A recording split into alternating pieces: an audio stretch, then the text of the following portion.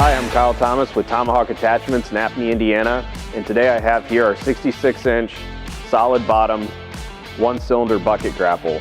This bucket is 66 inches wide by 37 inches deep and 27 inches tall.